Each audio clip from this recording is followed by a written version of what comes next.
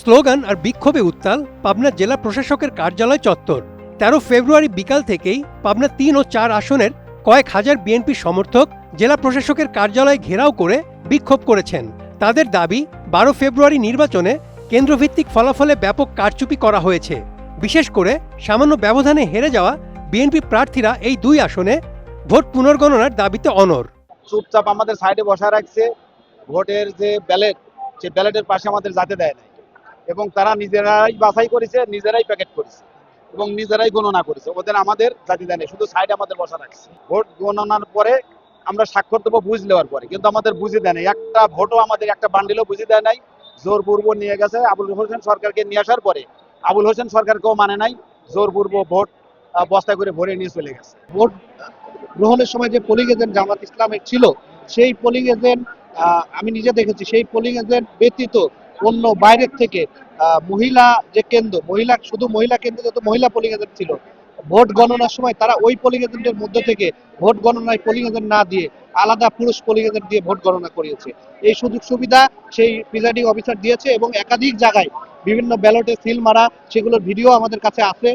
3 জন হচ্ছে শুধু গণনার কাজ করতেছে। তখন ওখানে আমরা যেতে চাইছিলাম, ওখানে আমাদের যেতে দিল না, যে পরে আপনারা দেখবেন এই কথা বললে ওনাদের মতো কাজ শুরু করলো। লাস্টে আমরা মাঝখানে আবার বলি যে আমাদের তাহলে তো ভোট দেখতে হবে যে কোন দলের কতটুকুন পাইছে, আমরা তো দেখবো বান্ডিলগুলো, তবু আমাদের দেখতে দেয় নেই।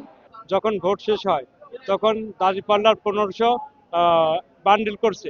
উনি বলছে যে এই ভোট আমার সন্দেহ হচ্ছে, আপনি গোনেন।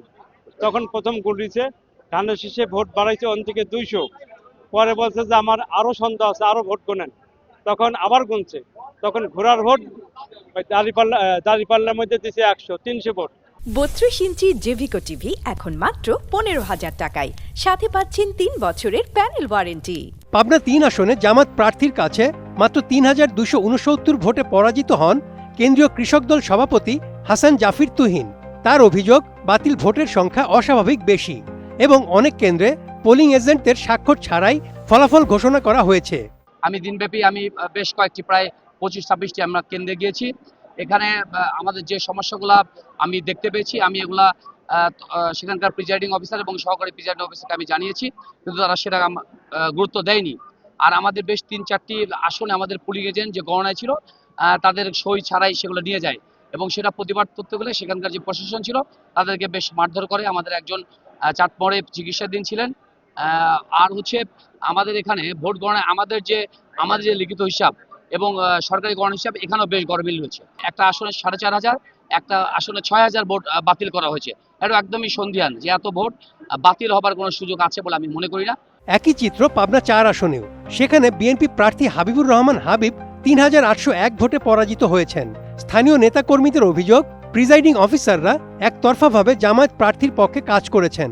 সামান্য কোনো কারণেই, যেমন একটা উদাহরণস্বরূপ বলতে পারি, ধানের শীষের উপর 2টা সিল ছিল একই জায়গায়, উনি হয়তো বুঝতে পারে নাই যে সিলটা স্পষ্ট হয় নাই, উনি আরেকটা সিল দিয়েছেন, সেই ভোটটিও বাতিল করেছে। এটা সূক্ষ্ম কারচুপি হয়েছে এবং বেশ কিছু বিষয়ে পোলিং এজেন্টের মতামত তোয়াক্কা না করে এবং পোলিং এজেন্টের উপস্থিতি ছাড়াই তারা ভোটার রেজাল্ট ঘোষণা করেছে।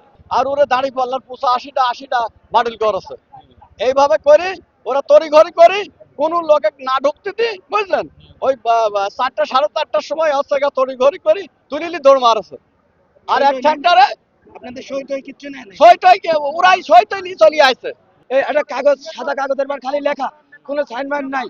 লেখার পরে আমাদের কাছে যে এটা দেওয়া যাবে না, তোমরা এত তোমাদের, আমি এরকম কাগজ পদ্ম ধরে বললো যে এত মোটরসাইকেল 30টা, কাশি এত, এই কয়টা, ধানের শীষ 260টা ভোটে, এরকম 65টা ভোটে হচ্ছে জয়লাভ করেছে। এটুক বলে সারি সে চলে গেল।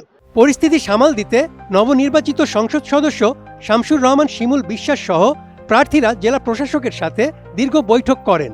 বৈঠক শেষে জানানো হয়, অভিযোগটি নির্বাচন কমিশনে পাঠানো হয়েছে। ডিসি স্যারের সাথে কথা হয়েছে, ডিসি স্যার ওনাদের অভিযোগটা নির্বাচন কমিশন বরাবর প্রেরণ করে দিয়েছেন, অগ্রাহ্য করে দিয়েছেন।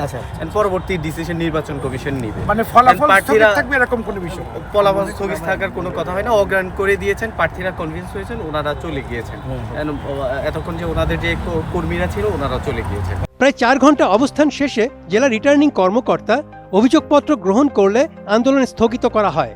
বিক্ষোভ শেষে সেনাপাহারায় জেলা প্রশাসক কার্যালয় ত্যাগ করলেও এ নিয়ে গণমাধ্যমে কথা বলেননি রিটার্নিং কর্মকর্তা। তবে জেলা প্রশাসন জানিয়েছে বিষয়টি এখন সম্পূর্ণ নির্বাচন কমিশনের এখতিয়ারে রয়েছে। Desk report, ATN news.